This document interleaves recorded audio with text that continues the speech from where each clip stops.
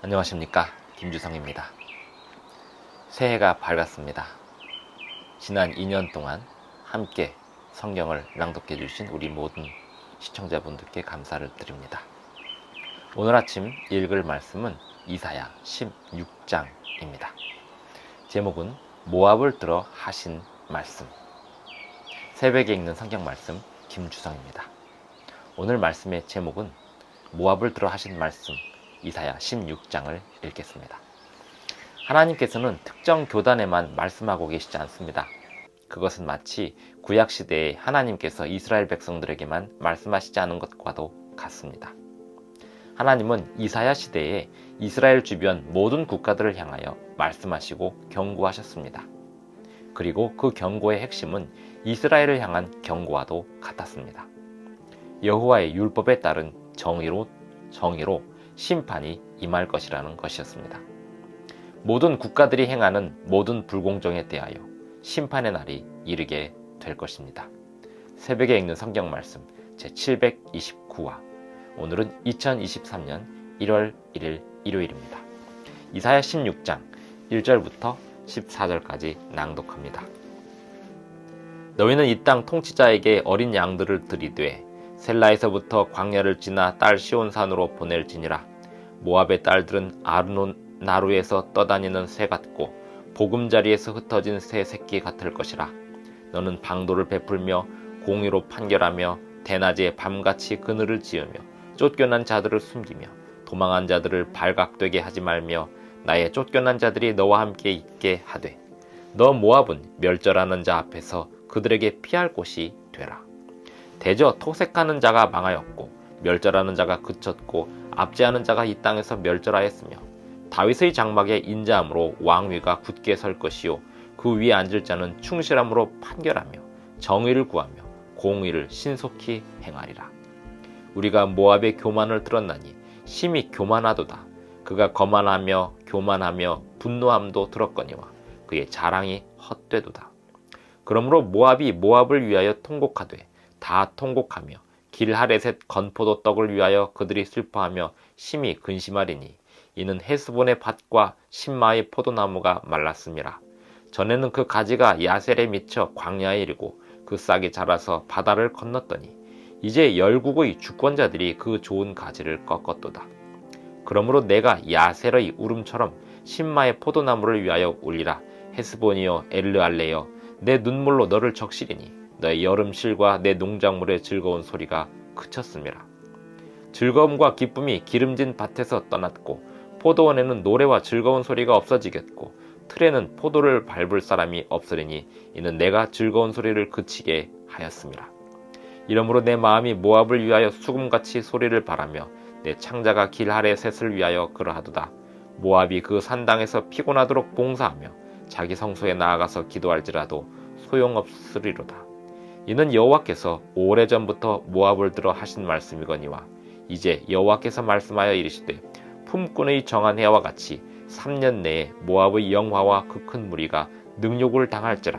그 남은 수가 심히 적어 보잘것없이 되리라 하시도다. 이사야 16장 1절부터 14절까지 낭독하였습니다. 우리에게 낯선 지명들 있지만 이사야 시대에는 아주 익숙한 지명들이었습니다. 모압의 주요 지명들, 주요 거점 지명들을 향하여 하나님께서 경고를 바라고 계십니다. 하나님은 모든 국가들을 향하여 경고하시고 그 국가들의 주요 도시들, 주요 지역들을 향하여 경고하고 계십니다. 예나 지금이나 하나님은 모든 세상을 향하여 경고하고 계십니다. 하나님의 경고의 기준과 경고의 목적은 무엇일까요? 하나님의 율법입니다. 하나님의 율법에 따른 정의를 시행하지 않는 모든 행실에 대하여 하나님께서 경고를 바라고 계십니다. 이사야 16장 4절에 보면 나의 쫓겨난 자들이 너와 함께 있게 하되 너 모압은 멸절하는 자 앞에서 그들에게 피할 곳이 되라, 이런 말씀이 있습니다. 이스라엘과 유다 백성들이 쫓겨나게 될 것이었습니다. 그들 또한 모압과 함께 하나님의 율법을 어긴 그 결과들을 당하게 될 것이었습니다. 이스라엘과 유다 백성들이 쫓겨날 때 그들에게 피할 곳이 되라고 모압에게 이야기합니다. 하지만 그 모압은 그 경고에 주의하지 않았습니다. 5절 다윗의 장막에 인자함으로 왕위가 굳게 설 것이요 그 위에 앉을 자는 충실함으로 판결하며 정의를 구하며 공의를 신속히 행하리라. 다윗의 장막에 인자함으로 왕위가 굳게 설 것이요, 이 예언은 곧 성취되었습니다. 예수님께서 이 세상에 오심으로 온전히 성취되었습니다.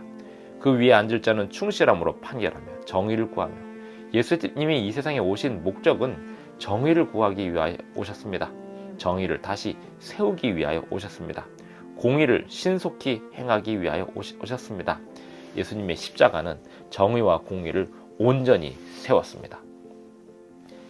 예수님 당시에 제자들에게 너희가 받은 복음을 온 유대와 사마리아와 땅끝까지 복음을 전하라고 하였습니다.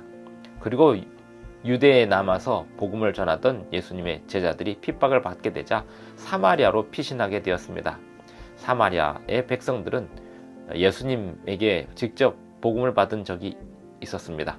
그 백성들이 예수님의 제자들과 더불어 하나님의 백성, 예수님을 받아들인 백성들을 환영하여 받아 주었습니다. 그것이 사도행전에 나오고 있습니다.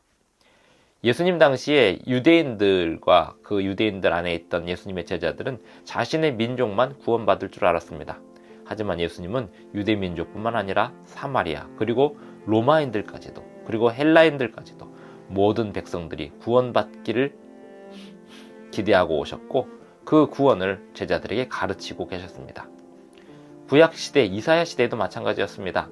이스라엘 백성들 그리고 유다 백성들은 하나님의 율법을 온 세상에 증거해야 할 것이었습니다. 그리고 그 온 세상은 하나님의 율법에 근거하여 심판을 받게 될 것이었습니다.